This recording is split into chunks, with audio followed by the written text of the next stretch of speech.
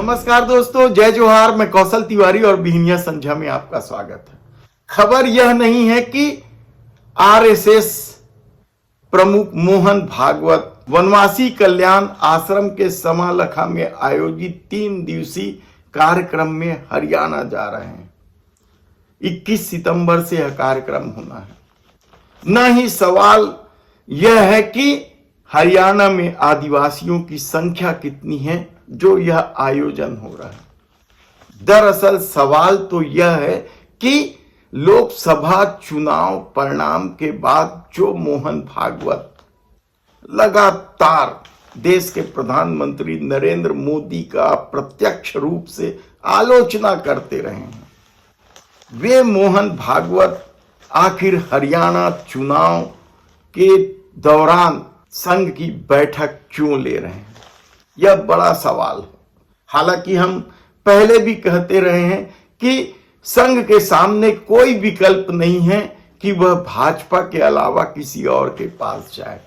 भले ही वह आलोचना करती है, लेकिन यह आलोचना नौटंकी की श्रेणी में है, क्योंकि संघ के पास कोई दूसरा विकल्प ही नहीं है। ऐसे में वह आलोचना करके यह साबित करना चाहती है या यह दिखाना चाहती है कि आरएसएस का अपना अस्तित्व है। लेकिन इस दौर में जिस तरीके से मोदी सत्ता ने अपनी ताकत के दम पर संघ को घुटने पर ला दिया है, वह भी किसी से छिपा नहीं है। और कहा जा रहा है कि संघ प्रमुख जो भी आलोचना बीजेपी का कर रहे हैं, वे केवल स्वयं सेवकों के गुस्से पर पानी डालने का काम कर रहे हैं।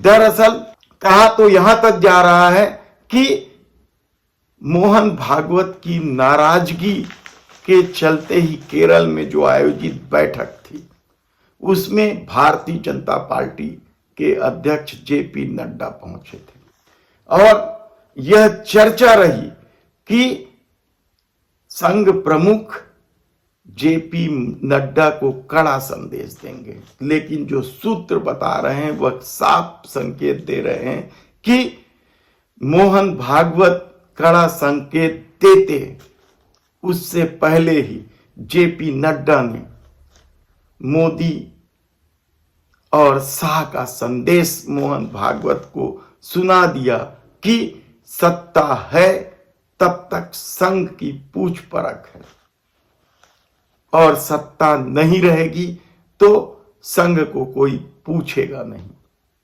या जो फायदा वर्तमान में मिल रहा है वह फायदा नहीं मिलेगा।